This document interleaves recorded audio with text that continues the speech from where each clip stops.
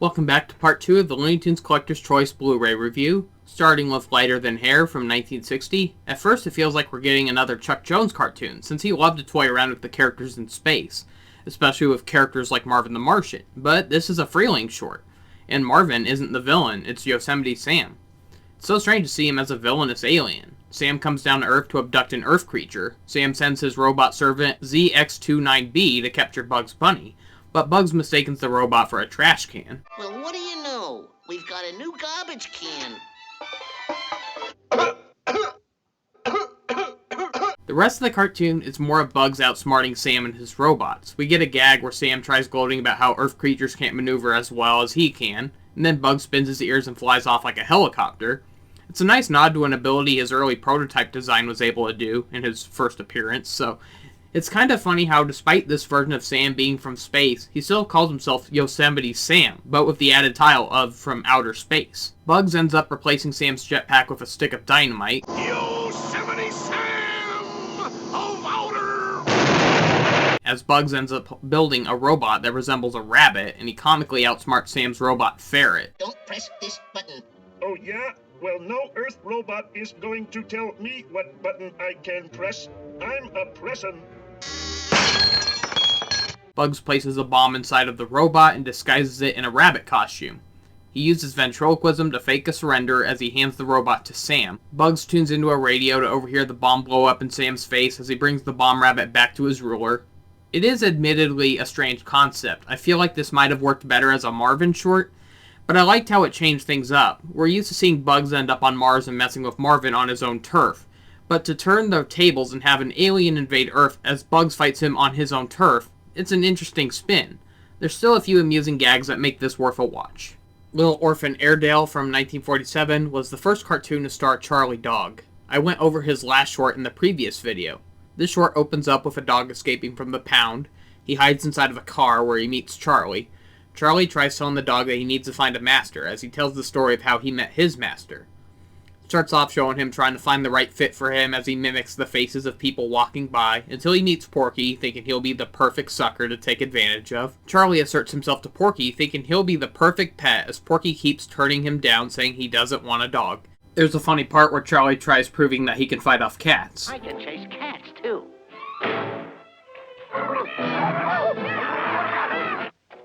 Does this belong to you? There's a random bit where, as a desperate attempt to stay, Charlie pretends that he's pregnant as Porky invites him in to rest on his bed. Then Porky realizes he was fooled when he asks for the dog's name. By the way, what is your name? Charlie. It's Charlie? Porky later tricks Charlie into staying as he claims that he got him a doghouse, but it's actually a crate to Australia as Porky hammers it shut and gives an evil laugh. After Porky ships him off, he comes back home and is horrified to find Charlie is back dressed up in Outback gear. Hiya then! He starts talking with an Australian accent as he retells all the things he saw in Australia. We cut back to Charlie, wrapping up his story to the dog, as Porky gets in his car, notices the dogs, and kicks them out. And stay out. How many times do I have to tell you I don't want a dog? The ending was admittedly a funny payoff. Throughout the short, you're almost expecting Porky will eventually give in and let Charlie live with him, only for the reveal that Charlie is only fooling himself. It's definitely a lot funnier than Charlie's last short. Mexican Joyride from 1947 has Daffy visiting Mexico. As Daffy watches a bullfight, he insults the bull for constantly missing the matador. The bull comically marches over to Daffy and dresses him as a matador and challenges him to a fight. There is a pretty funny telephone gag. Yes, he's here. Hey, it's for you. Pardon me. Hello? So long, chimp! It's so strange how in later cartoons, Daffy falls for the wabbit season, duck season trick that Bugs always pulls on him, and he's actually the one who invented that trick. Listen, this one is got to be under. He's not. He is. He is not. He is. Is not. Little bet? Why not? See, I was under here. You get a dark but funny joke where as the bull's defeated, Daffy hands him a gun, leading to this.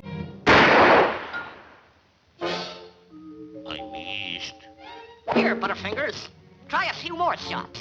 It's so messed up, but so funny. The fact that someone with a gun to their head misses an easy shot. So Daffy waits on the sideline, ready to sell the bull into meat slices, until the bull realizes he can just use the gun to shoot Daffy. So Daffy drives back towards home, unaware that the bull is in the backseat, waiting for the perfect moment to strike. It's overall a dark but hilarious short. Muscle Tussle from 1953 is so far the worst Daffy Duck cartoon I've reviewed so far. It's an unbearable love triangle story where Daffy is the only likable character. His love interest looks creepy and she has a very annoying voice. Hit him, Daffy! Stop the big bully! And the buff jock is boring. I absolutely hate love triangle stories, and it sucks to see Daffy dragged into this horrible trope. The creepy girl duck abandons Daffy because he can't stand up to himself against a jock. This is pathetic. I mean, 1 minute she's telling Daffy to fight the jock after she was warming up to him, only to date the jock because Daffy is no match for him. I mean, what is this girl's problem? So forget her, Daffy. She's not worth it. So Daffy is conned into trying a muscle-enhancing tonic, but it doesn't work. The con man tricks Daffy by disguising balloons tied to a bar to look like 5,000-pound weights. Shouldn't it be 10,000 pounds if he's lifting 2 of them at once? But I don't know. So he fools Daffy into thinking he's strong. Daffy challenges the jock to a bunch of strength tests, but keeps failing. There are a few funny gags, like how the jock bites a chain and rapidly spits out nails. Daffy tries it and ends up spitting out all of his teeth instead. Daffy tries smashing a rock open with a hammer and ends up cracking up himself instead. So Daffy comes back with the fake 5,000-pound bar he lifted up as he challenges the jock to lift it. The jock is so muscular he ends up lifting himself high into the sky. He falls to the ground and gets flattened, becoming shorter. So Daffy's pathetic and shallow girlfriend takes Daffy back because she can't stand short guys. So despite a few funny gags, the very unlikable characters really hold this short back. It's just a terrible love triangle story overall. Muzzle Tough from 1954 has Granny moving into a new building, as Sylvester is intrigued to see Tweety getting moved into the building. Unfortunately for Sylvester, Hector the dog also moves into the same building, making his bird-eating mission a lot harder. Sylvester disguises as a lamp for the movers to place inside. Tweety notices the lamp and decides to plug it in as he sticks Sylvester's tail into an electric socket, frying Sylvester, leading to Hector trying to bite Sylvester's tail, and he ends up getting zapped as well. Sylvester tries getting in disguising as a mover, but gets handed a piano as Tweety tries guiding Sylvester up the stairs to show him where to put it. It leads to the payoff of Tweety leading Sylvester out of the tallest window. Sylvester wears Granny's polar bear skin rug to sneak up and try to eat Tweety, as Granny comically pulls out a pistol and starts rapidly shooting the polar bear pelt.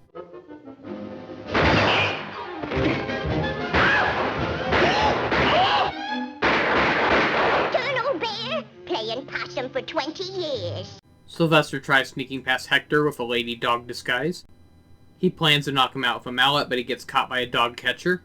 I said let me out of here! I'm not a dog! I'm a cat! K-A-T! Tweety is relieved to be rid of Sylvester, but is surprised to see there's 2 more cats who are after him. It's not the best Tweety short, but I will say it's the funniest one I've seen in the Collector's Choice so far. Just too many funny setbacks one after the other. Of Rice and Hen from 1953 is the first Prissy short I get to talk about. Prissy was a scrawny old outcast hen who has been portrayed as a hen who struggles to lay eggs and gets bullied by her fellow hens, or she's a hen who has a massive crush on Foghorn Leghorn. Her earliest appearances had her voiced by Mel Blanc, but she was recast with female voice actresses down the line. In the 1950s, Bea Benaderet, I hope I pronounced that right, the voice of Betty Rubble from the Flintstones voiced her. But June Foray took over later in the 1950s through the 60s. Miss Prissy is mostly known for constantly saying, "Yes." In short, Prissy is bullied for not having her own children or husband. Those ruthless hens bully her so badly, Prissy attempts jumping off the barn roof. Foghorn ends up saving her, and Prissy is smitten with love after Foghorn saved her. Prissy tries many attempts to get Foghorn to love her, but he's not interested. Barn Dog tries getting back at Foghorn by trying to help Prissy win him over. So Prissy starts playing hard to get by ignoring Foggy, which really offends him. Barn Dog then disguises as a rooster and pretends to be a suitor for Prissy, which immediately makes Foggy jealous. So Foggy beats down Barn Dog and immediately gets married to Prissy. It's overall a silly cartoon, but not a whole lot of laughs. It's probably the weakest Foghorn short I've reviewed so far. One Meat Brawl from 1947 painfully opens up with an annoying groundhog named Grover as he sings about himself, as he's excited for Groundhog's Day. He's expecting to come out to the public to reveal if he sees his shadow or not, but is given a harsh surprise when he's surrounded by hunters trying to gun him down. So Porky is one of the hunters, along with Barn Dog, who is named Mandrake in this short. Mandrake prepares to hunt down Grover, but Grover gives crocodile tears over how unfair his life is. The dog takes pity on Grover and refuses to let Porky have him. Porky shames Mandrake for being fooled by a groundhog. He puts headphones over Mandrake so he can't be fooled by Grover's lies, but Grover plugs in a microphone into the headphones and feeds more sob stories. The groundhog messes with Mandrake again by placing himself and a bone in front of a sign that says, "Free food, take one." Porky is horrified as he sees Mandrake eating the bone and is fooled into thinking that Mandrake is eating the groundhog. Porky starts throwing insults at Mandrake as Grover starts whispering into Porky's ear about his sob stories, causing Porky to start crying until he snaps out of it and continues the hunt. The ending was comical and unexpected as all three characters rush into Grover's hole and we see shadows of Porky and Mandrake attacking Grover, only for it to be revealed that the three characters are sitting on a couch making shadow puppets.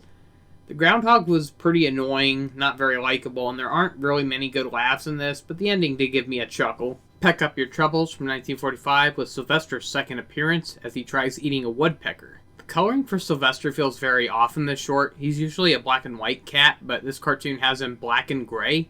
At first I was thinking it was due to low lighting, but no, the woodpecker has bright white feathers. It's mostly a generic cat and bird cartoon with nothing that makes it stand out very much. We get the overused gag of the hunter squeezing a tomato and thinking they killed the thing they were after, and then they feel bad about it, but the short pushes the gag even further by showing Sylvester laying up late at night and still being haunted by what he did. The woodpecker does a pretty terrible thing as it disguises as a false angel to haunt him further.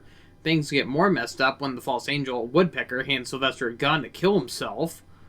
So Sylvester notices the garb the woodpecker is wearing is actually a tobacco sack, and he starts shooting after the bird. Sylvester breaks all logic, remembering he's in a cartoon, as he starts walking up an invisible staircase. He tries barricading down the woodpecker's front door. He crashes through and gets stuck in a branch. The bird shoots him out by jamming a needle up his butt. There was a running gag where Sylvester kept trying to chop down the tree, but he got intimidated by Hector, who was constantly wanting him to leave the tree alone. So Sylvester tries bombing the tree in the end until he sees Hector hovering over him, so he tries blowing out the dynamite, but the bird keeps reigniting them, and Sylvester dies. Strange how Sylvester holds the record for dying the most out of any Looney Tunes character, but don't worry, he always gets better. This isn't a very memorable Sylvester short in my opinion, but at least they got better when he was finally pitted against Tweety. Plop Goes the Weasel from 1953 is the first of 3 shorts to feature the Weasel villain. Barn Dog is on patrol to protect the chickens from the Weasel. Foghorn makes things harder for the dog by constantly letting the chicks out and laughing over watching the dog struggle to round them up. Now look what you've done. You let a chick get out. Now run, dog. Get him before the weasel gets him. Here's a whole mess of them, dog. It's weird how Foghorn is such a dick, yet people love him. The ravenous weasel shows up, and Foghorn tries talking the weasel into ignoring the small chicks and going after a big chicken instead. What you want's a nice, big, eating chicken, right? So Foggy dumps a barrel of sap onto the dog and tears a feather pillow over him. The weasel takes off with the dog and prepares to eat him as he starts tearing the fur off the dog's leg. The dog tries getting back at Foghorn by trying to get the weasel to eat Foghorn instead. So the weasel lures Foghorn to get his foot stuck inside the weasel's burrow as he starts cooking his foot. Ouch! Ouch! Ouch! It's an okay short, but nothing really helps it stand out from other Foghorn shorts. Pre-Hysterical Hair is one of the weakest Elmer Fudd shorts I've ever seen. It doesn't help that his voice actor Arthur Q. Bryan was ill during the recording for this short, so they had Dave Barry voice him. Oh, drat that blasted wabbit. Where is he? He makes Elmer sound like a senile old man who doesn't even know where he's at or what's going on.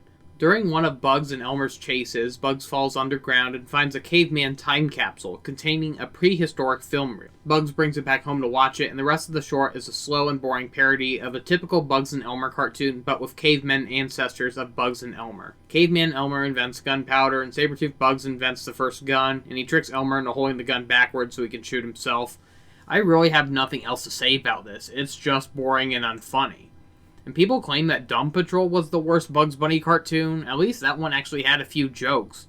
This one really has nothing. I mean, come on. There were so many fun and creative ways they could have done this, with Bugs and Elmer in dinosaur settings. There's so many funnier gags they could have done with this, and instead it's mostly the characters just slowly standing around and slowly talking. Even freaking SpongeBob BC had more going on than this. Punch Trunk is such a pointless cartoon. The whole gimmick is that there's a cute tiny elephant and people are feigning or screaming at the sight of it.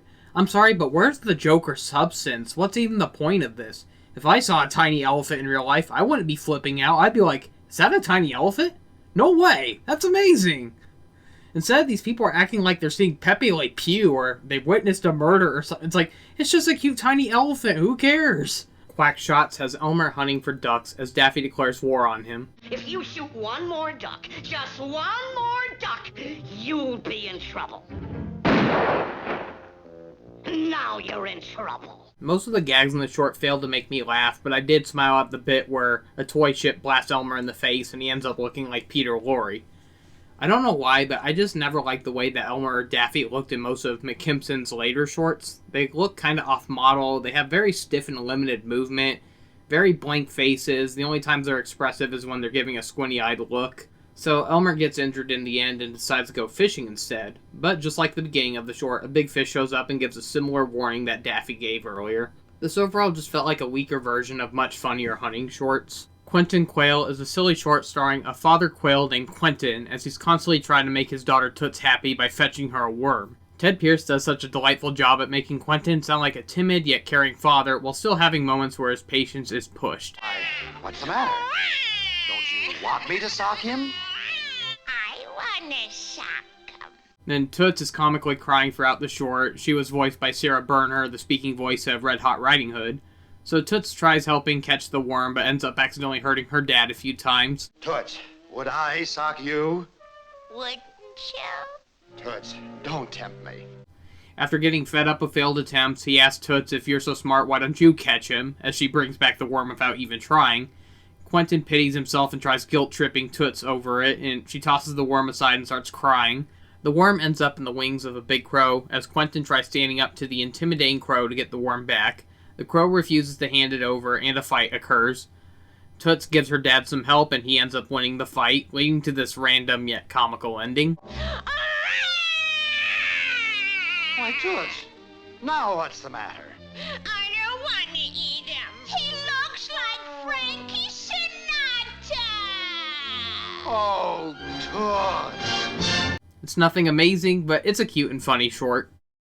Rabbit Rampage is a sequel to one of the best Daffy Duck cartoons ever made. Duck-a-Muck by Chuck Jones was a hilarious cartoon full of fourth wall breaks, as it starts off seeming like a normal Daffy Duck cartoon until he notices the scenery is missing, and he asks the animator to draw some scenery.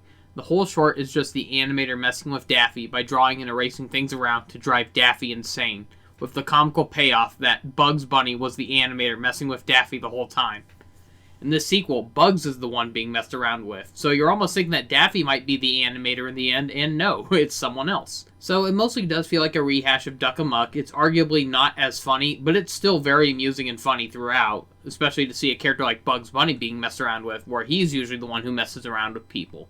So it opens up with an artist painting Bugs' burrow in the sky, as Bugs Bunny wakes up, leaves his burrow, and plummets to the ground. Unlike Duck-a-Muck, where Daffy never found out who the animator was, and then the audience doesn't know until the very end, in Rabbit Rampage, it has Bugs recognizing who the animator is right from the beginning, but we don't find out who he is until the very end. Bugs refuses to star in this cartoon if he has to work with the animator in particular. He tries jumping into a burrow, but the animator erases it. There's still a lot of funny gags in the short, even if they do feel familiar to the ones in Duck-a-Muck. What are you trying to do? Make me lose my job?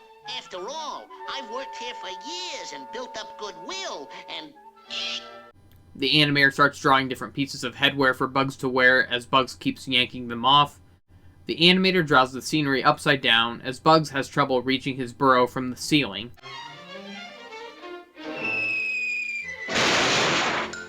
Bugs ends up going on an angry rant, leading to the animator erasing Bugs' head as he demands his head to be redrawn, only to be redrawn with silly, non-matching heads and faces, like being given a pumpkin head and a smaller head, or going back to his regular head but having his ears missing, only to get human ears and then ridiculously long ears. The animator ends up erasing his tail and draws in a horse's tail, followed by redrawing Bugs as a horse entirely. Bugs demands to be redrawn as a rabbit. He's redrawn as a crude, goofy-looking rabbit. What's really sad about this is how back then, when the short was made, that goofy rabbit art style was basically a joke on how terrible it would look if Bugs looked like that. Yet nowadays, so many cartoon reboots practically look like this. I'm looking at you, Jellystone. Sure you wouldn't want to make me into a grasshopper or something? No, I take it back! So Bugs decides to end the cartoon himself as it's revealed that Elmer was the animator, marking one of the few times where he actually beat Bugs Bunny. Well, anyway, I finally got even with that squirrely wabbit. It might not be as good or as funny as Duck Amuck, but it's still a great successor to it, and one of Bugs Bunny's funniest cartoons in my opinion. I always loved the idea of an artist messing with a cartoon character. It makes you imagine what it would be like if they kept this going. What if we had one where Porky Pig was the victim? What about Elmer Fudd or Yosemite Sam? It even makes me wonder how this would work with other characters outside of Warner Brothers. Like, what if we had Duck Amuck starring Donald Duck? Or what if it was Mickey Mouse getting messed with? What if we had one where it was SpongeBob and Squidward was the animator all along? I mean, there's a lot of funny ways you could parody this.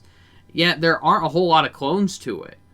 There were a few modern-day revivals for this premise, where it's the same concept but used to apply with how cartoons are made differently nowadays with computers. As seen in the spiritual sequel of New Looney Tunes, where Bugs Bunny is once again getting messed around with, but this time with digital art programs, and the same concept was used for the Animaniacs reboot, but with Yakko.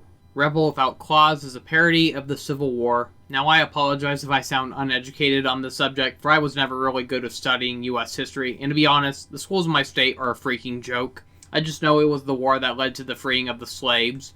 So Tweety is portrayed as a substitute Confederate carrier pigeon. It's so weird how this is a Looney Tunes short that uses the word damn twice, and Tweety flat out says it at one point. Damn Yankees. I thought I saw a damn Yankee cat. The Union soldiers send out Sylvester to stop Tweety from delivering that message.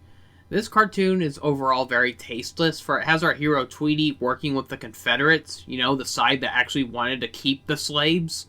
They expect us to root against Sylvester, the one who's actually on the good side? What the heck? So personally, I'm not a fan of war. It's always complicated with the branches of different people, sides, and stupid reasonings for fighting. Especially at the brink of where the United States are today. It's like we're practically at the brink of war with all the stupid decisions going on. So yeah, personally, I'm just not a fan of war. I'm especially not a fan of war based on real-life events. I'd rather watch movies that tell a fictional war with a cautionary tale behind it, like Nausicaa or Princess Mononoke.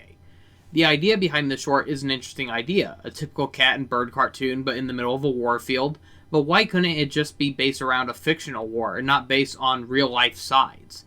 The short does have a certain canon gag, but it was done much better and funnier in a Yosemite Sam short where he's a pirate chasing Bugs Bunny.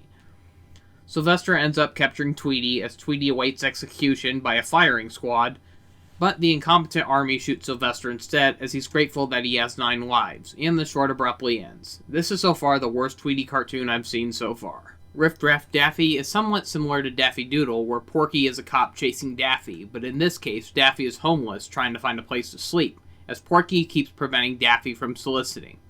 Daffy sneaks into a department store window display of a cozy living room, leading to a funny, inaudible scene of Porky and Daffy shouting at each other, but not being able to hear each other. Usually a scene like this would go back and forth to where we can hear the characters talking, as one character shouting, and the other's like, what? And so to have it where it keeps swerving to the other side of the window where we can't hear the characters, it is pretty comical.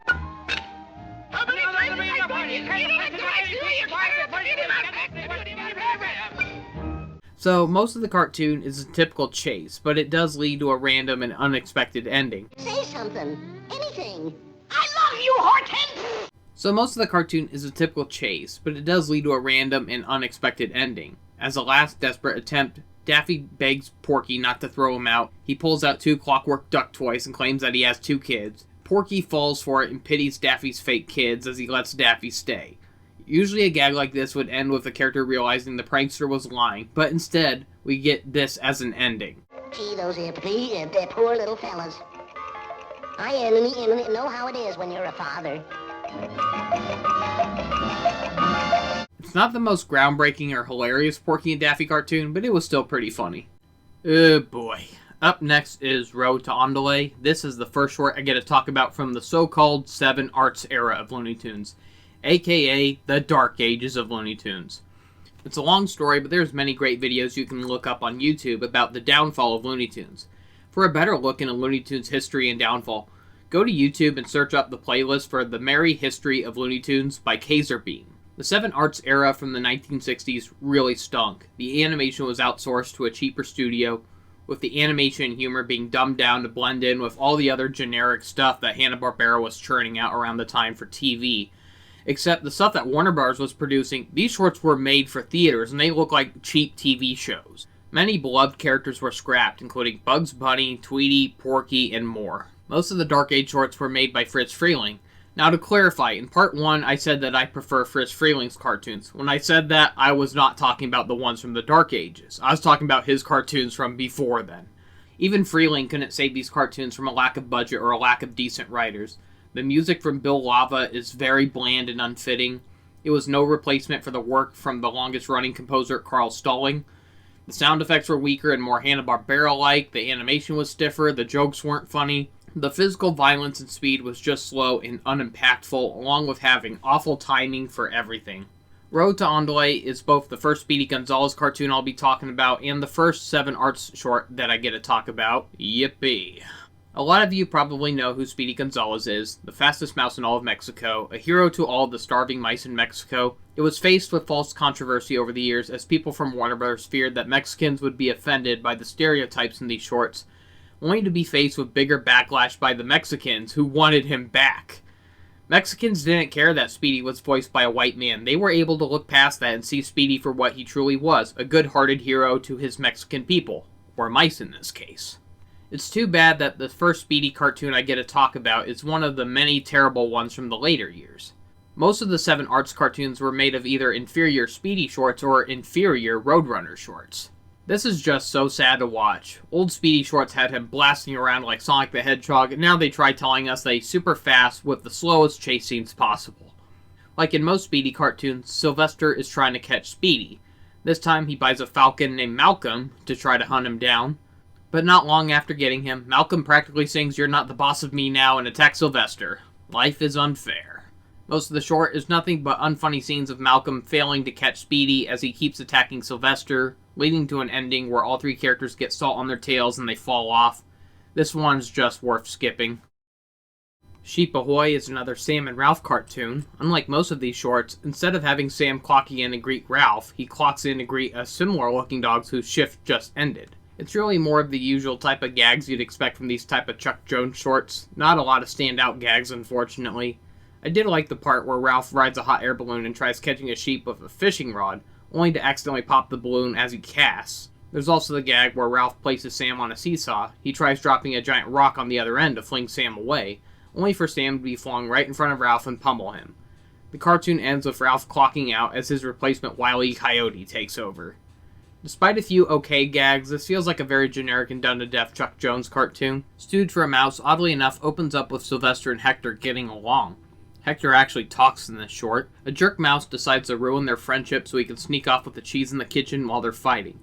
The mouse sends a phone call to Hector, spreading rumors that all the dogs in the alley are calling him a sissy for being friends with a cat. Then the mouse frames Sylvester for wanting to murder Hector in his sleep, and along with all these different framing situations, so most of this cartoon is just nothing but torturous scenes of watching this bastard mouse tear apart a friendship. The short ends with the mouse putting a horseshoe inside of a boxing glove, tying it around Sylvester, while using a magnet from below the floor to magnetically pull Sylvester into punching Hector repeatedly until the two knock each other out. With the cat and dog knocked out, the mouse is about to claim the cheese he was after, until the magnet pulls the ceiling lights to fall down on him. If you want a better version of the story, watch the SpongeBob episode Naughty Nautical Neighbors. Sure, the episode has Squidward ruining the friendship of SpongeBob and Patrick, but that was only for a short bit at the beginning.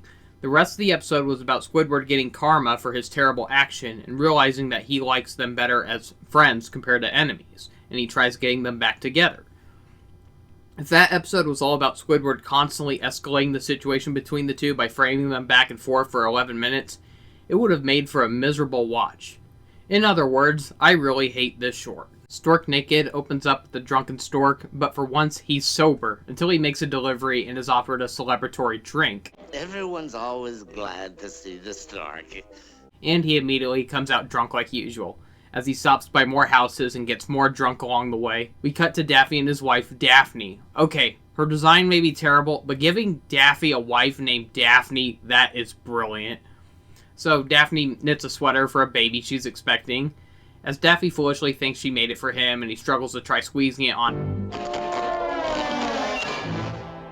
Don't you think this might be a size or so too small? Daffy realizes his wife is expecting a baby from the stork, and we learn that the stork has tried delivering there many times before, but Daffy is so hell-bent on not wanting to be a father that he drove the stork off every time.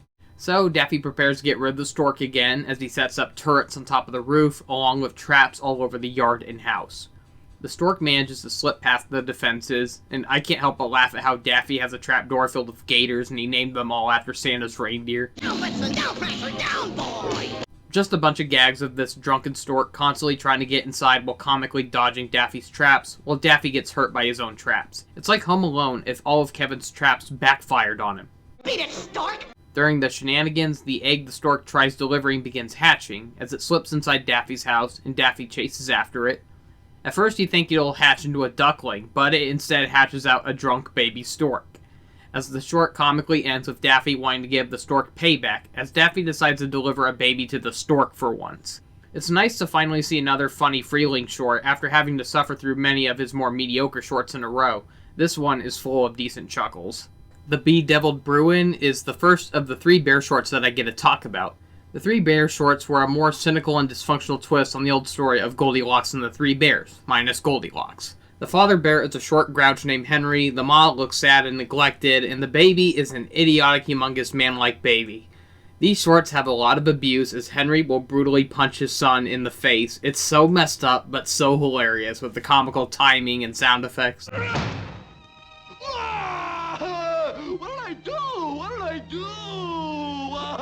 In this short, Henry is furious as Junior eats all of their honey. Mama Bear tries telling Henry something, but he furiously marches off ignoring her as he goes off to get more honey.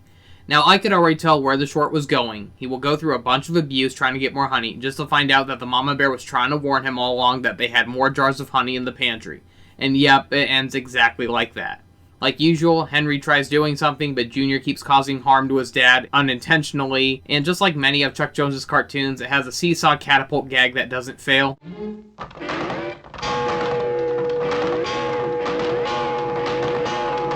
We cut to Junior claiming he got the honey in a jar as Henry pours the jar's contents into a sandwich, only to be horrified to see a sandwich filled with angry bees. He quickly hands the sandwich over to Junior as he eats it, and he comically doesn't feel the angry bee stinging him from the inside. During another attempt, a bee lands on Henry's nose as he tries buzzing it a lullaby, only for Junior to try bashing the bee with a shovel. I got him, Pa! I got the little bee! After many failed attempts, Henry gives up on honey and demands some ketchup as Mama Bear opens the pantry to get it, and we see a bunch of honey is in the pantry. Henry furiously marches over to grab a jar, but ends up causing the whole pantry to come crashing down. He breaks into tears as a bee flies on his nose again, and we get this comical ending.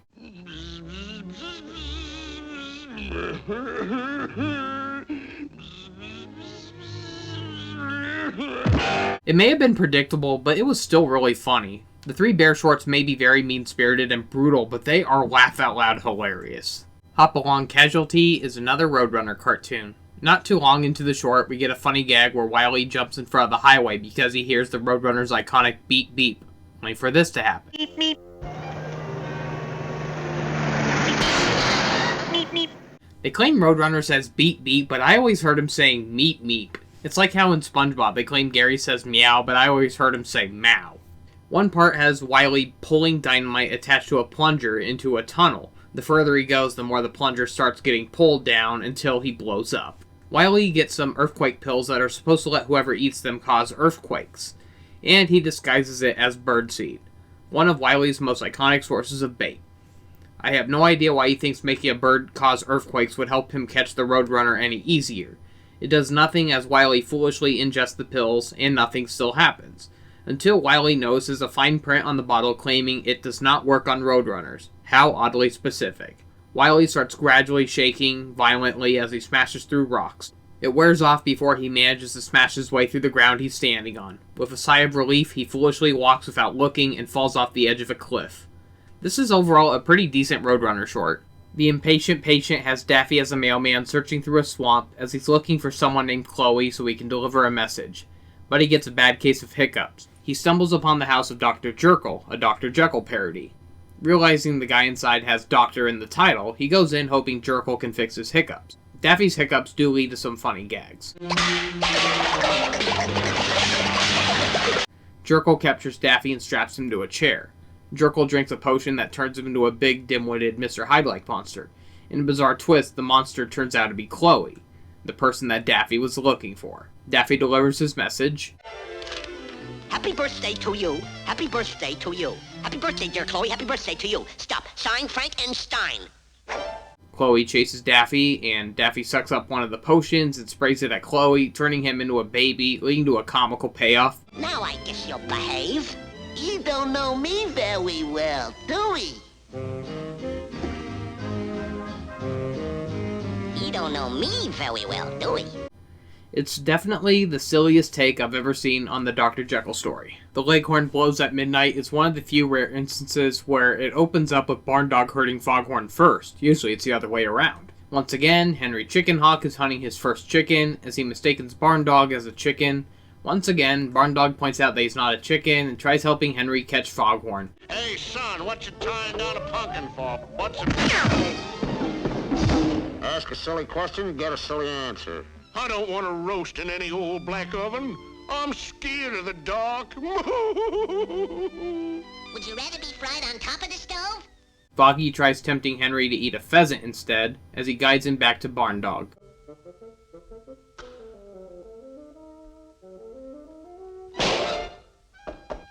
He fools Henry into thinking that the dog is actually a pheasant. Foggy puts vanishing cream on Henry and fools him into thinking he's invisible as Henry marches over to the dog to take him. You can't see me. I might be 20 feet tall. You can't fight what you can't see. I got you now, you nincom. Boop. Barndog and Foggy get into a fist fight as Henry cheers them both on, claiming he'll cook whoever loses. While the plot is nothing new to the Foghorn series, it's still packed with enough funny gags and quotes. The Mouse-merized Cat is another Babbitt and Catstello short. Babbitt delves into hypnosis to try getting to cheese. Babbitt tries hypnotizing Catstello, but he's too tricky to entrance. You are in my power. Pick up that mallet, put your hand on the block, lift the mallet. Now, whack your fingers hard. That would hurt my fingers, Babbitt. You're getting sleepy. Sleep, sleep. That's it. But I ain't sleepy, Babbitt. Babbitt finally hypnotizes Catstello and orders him to do impressions. Catstello is hypnotized into thinking he's a dog as he's ordered to attack the cat. Just as the cat realizes that he's been scared by a puny mouse, the hypnosis wears off and he chases after Catstello. But Catstello gets re-hypnotized. However, the cat reads up on how to perform hypnosis as well. Babbitt and the cat go back and forth hypnotizing Catstello like a game of tennis, until Catstello pulls out two mirrors which bounce back the hypnotic glances back at Babbitt and the cat. Catstello gives payback by ordering Babbitt to be a cowboy and the cat to be Babbitt's horse, as Catstello orders the two to ride off, while he takes all of the cheese for himself. Not as funny as A Tale of Two Mice, but still pretty funny. The Sheepish Wolf is surprisingly not a Sam and Ralph story, but a typical story of a wolf disguising in sheep's clothing to try and eat some sheep, while a big silly sheepdog tries keeping him away. Admittedly, the way the black sheep talk is pretty racist. Boss, I ain't the suspicious kind, but there's a wolf in sheep's clothing among us. We get a scene where the wolf hides in a cave and disguises as the granny from Little Red Riding Hood, as the dog hilariously plays along. La la la la la la la la la la la la la la. It's me. And Grandma, what big eyes you have. You have beautiful eyes yourself. Well, what do you know? They are pretty. Huh? You know, I don't think he meant a word he said about my eyes. In a funny twist, the dog catches the wolf and announces it to the sheep, only for all the sheep to be revealed to be wolves in disguise as well. This is overall a very silly cartoon. The Unruly Hare is one of my friend Steph's favorite Bugs Bunny cartoons, and I honestly can't blame her. As Elmer interrupts Bugs' relaxation, Bugs messes with Elmer while Elmer tries observing some railroad construction. Bugs shoves model magazines in front of Elmer's telescope, followed by his own lips as he tricks Elmer into kissing him. We get another gag where Bugs tricks Elmer into thinking the force is on fire as he holds a lit match in front of the telescope. Help! Water! Water! Water! Water! Help! We get one of those gags where Elmer thinks he shot Bugs, only for Bugs to approach him and ask what he's doing as Elmer cluelessly talks to Bugs. What's up, Doc? I just put a crazy wabbit out of his misery. It's murder, he says. Don't look now, Doc, but you missed me. And the funniest part of the short, as Elmer points his gun at Bugs, Bugs states only a rat would shoot a guy in the back, leading to this hilarious moment. Only a big fat rat would shoot a guy in the back. So I'm a big fat rat. Have some cheese, rat. As Elmer tries bombing Bugs by dropping TNT down his stump and rushes off, Bugs tricks Elmer by treating Elmer like he's in a baton pass marathon. Head, show him head, see your spirit. Head up, boy. Put around, little boy, boy, boy. The TNT blows up in front of railroad supplies, and the impact ends up building a railroad. This is honestly the funniest Bugs Bunny cartoon in the entirety of the Collector's Choice Blu-ray. Their Auto-Be-A-Law is very similar in spirit to Tex Avery's The Car of Tomorrow short, except it's a comical parody of the history of vehicles going up to modern day, complete with many silly gags like the toll booth that's half off because the bridge is half finished. This one seems to be charging only half price. Oh, I see. It's only half finished. There's a weird scene where a guy claims he's low on gas and is offered some gas as the weirdo ends up drinking the gas. There's a silly running gag with a good payoff where, during a busy cross-section, a lost man keeps pulling over to a man at a burger stand for directions. In the end, the burger man confesses there's no way out of here, that's why he's stuck at this burger stand. So, the lost man gives up and opens up a mustard and pickle stand. The short is clearly trying to be a Tex Avery-like short, but it doesn't have the non-stop laughs that Avery usually brought, though there are still a few good, funny moments. Tugboat Granny has Granny driving a tugboat while bringing Tweety with her. I don't care too much for the song at the beginning. We cut to Sylvester back on land trying to steal some fish from a fisherman as he hides inside of a basket.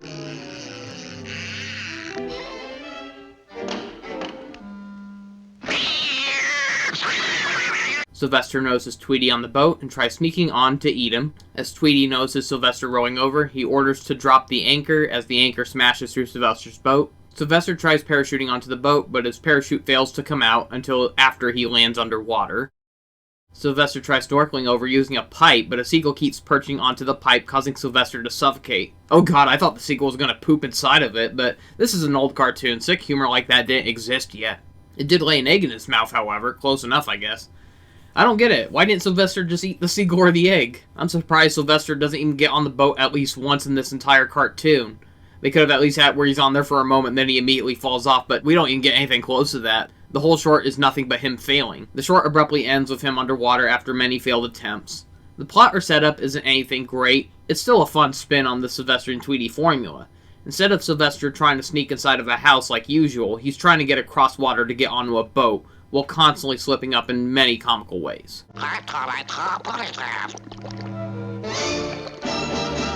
War and Peace from 1964 truly was the end of an era, being the last Roadrunner short and the last WB short by Chuck Jones, before the closure of the original Warner Brothers Studios, before the Seven Arts Dark Ages took over. There were 2 more shorts by Chuck Jones after this, but they technically don't count, since they were trimmed compilations of clips from the pilot of a canceled TV show called Adventures of the Roadrunner, which was included as a bonus feature on one of the Looney Tunes Gold Collection DVDs. I'm honestly glad that show didn't make it past the pilot because I honestly did not care for it. It drags on with nothing but a jumbled mess of Roadrunner gags and other random Chuck Jones cartoons stitched together. Not to mention the scenes where Wile E. starts talking directly to the audience, they were honestly a bore to watch. So let's go back to War and Peace and see if it's a triumphant farewell from Chuck before WB went to hell. It has a different take on the Latin name gag for the characters. Usually they pause while the characters are running. Here, it pauses right before a grenade backfires and is about to blow up in Wile E's face. That's admittedly a funny twist to this old gag. Off to a good start. We have a bit where Wile E is about to fire himself from an arrow, but it pulls the lower half of his pelt off as he pulls back. It looks like he's about to fall off a cliff, but he lands on a smaller level of the cliff, only for that lower level to fall off as he gives a sigh of relief. Wile E tries paying himself invisible for a stealth approach. I always loved seeing the types of humor that animators could make by making a character invisible. Sure, some could see it as lazy shortcuts so they don't have to draw the character, but when done right, it can lead to very comical situations. You just need the right characters, the right script, the right timing, and the right animation. Sadly, the payoff for this was pretty weak. It just recycles the gag of him thinking he hears the Roadrunner beeping. He rushes out into traffic and gets hit by a truck instead. But it keeps going, as we see the footprints of him as he stumbles around dizzy and trips off a cliff. We get another recycled joke as Wile E disguises a shotgun as a peep show and lures Roadrunner over. He notices Roadrunner is aroused, so he pushes Roadrunner aside to peek inside and he gets shot in the face. It's just a weaker clone of the gun and the camera gag that they used in a previous short. A rocket mishap leads Wile E blasting all the way through the center of the Earth all the way to China, where the Roadrunner taunts Wile E by rushing over in stereotypical Chinese attire. For the last Roadrunner short before the Dark Ages, this was sadly a very underwhelming short. It started off with a few okay gags, but the rest of it were just weaker rehash gags from much better shorts. This wasn't the last short from Chuck Jones, though, from Warner Brothers, because down the line he did make a few more. Like, he even made a few during the Dark Ages. Many years later, like around the 80s, he actually did make some comeback shorts, even featuring Wile E. Coyote and Roadrunner. With this being the last Roadrunner short I have to talk about for the Collector's Choice Blu-rays, I really hope that we can eventually get the Coyote vs. Acme movie. I am dying to see that. Wet Hair opens up with Bugs Bunny getting overdramatic as a waterfall he's bathing in suddenly stops flowing. Bugs finds out a stereotypical French guy named Jacques built a rock dam over the river. Bugs fools Jacques into removing a lower rock, causing Jacques to get blasted with water. The short is nothing but Bugs trying to shower as Jacques keeps rebuilding the dam, as Bugs keeps destroying it, rinse and repeat. The short ends with Bugs building a bunch of dams, as he tricks Jacques into shooting them down with a cannon. Bugs lures him to shoot at the Grand Cooler Dam, causing Jacques to get arrested by the police. None of the gags in this were really that funny, just tiring repeats of stuff we've seen done to death and done better in other cartoons. This is honestly the dullest Bugs Bunny cartoon out of the entire Collector's Choice Blu-rays, and sadly it's the last Bugs Bunny cartoon I have to talk about in this collection. What's Brewin' from 1948 is the last short I'll talk about from the Collector's Choice, and it's another Three Bears short. In this short, Henry is now voiced by Billy Bletcher, the voice of Pete from the Mickey Mouse shorts. Mel Blanc still provides the voice of Henry's screams. For some reason, Mel Blanc also voices Mama Bear in this short. Baby Bear's voice actor Kent Rogers sadly died from a training accident during World War II and was recast with Stan Freberg, the voice of Pete Puma. The short opens up with Henry playing gin rummy against his wife. Junior tries peeking at cards from both sides to try helping Henry win, but his stupidity causes his dad to lose. They notice winter is approaching and prepare to hibernate. Henry goes insane because everything is keeping him awake, especially Junior. Junior's bed breaks as Henry throws Junior onto his bed, but Junior rolls over and flattens him. Henry tries poking Junior with a nail, but Junior manages to bend it without feeling a thing. Water starts leaking through the cave ceiling as Henry moves the bed away from it, leading to a comical scene of a water drop traveling across a clock, shelf, and other stuff, leading all the way to splash onto Henry's face. Henry and Junior try plugging up the hole, but it causes water to leak through their ears instead. Henry uses a pair of PJs to clog the hole, and it causes it to swell up like a water balloon ready to burst. Henry and Ma fight over keeping the window open or shut. Oh, goody, goody! A snowman!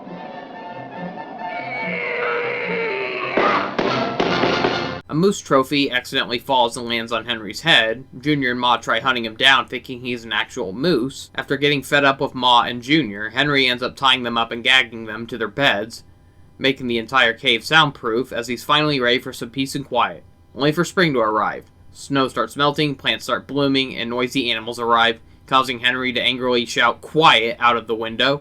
Everything rewinds back to winter, comically. Quiet!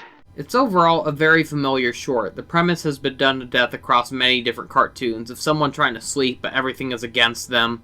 Despite its familiarity, it still pulls it off really well with this dysfunctional family of bears. And that is it for the Collector's Choice Blu-rays. There were a lot of cartoons to go over, and these weren't even a half of the number of cartoons that Looney Tunes have provided over the years. There are other cartoons included in this collection, but I did not find them interesting enough to mention, so I only focused on the ones where I actually had stuff to say about them.